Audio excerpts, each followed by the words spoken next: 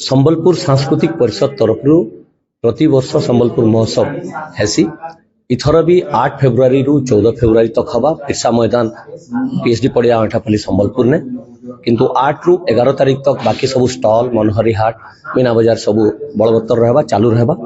आमर ई महोत्सव रे आमे आम राज्य बाहर भी सांस्कृतिक दल माने अंशग्रहण करुछन।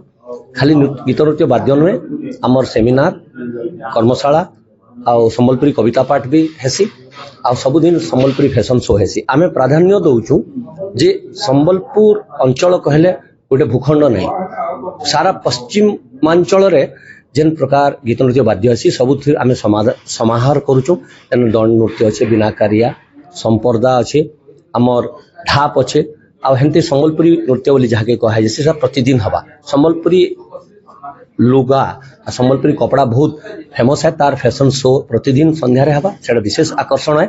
आ इथर आमे मौलिक भाव में संबलपुरी जेन प्रयोग करा जासी पारंपरिक आउ सांप्रतिक संबलपुरी नृत्य जेनटा होउचे सेथरे गीत रे जहाँ प्रयोग होउचे नृत्य रे जहाँ प्रयोग होउचे विकसित संबलपुरी नृत्य सेटा भी देखासु।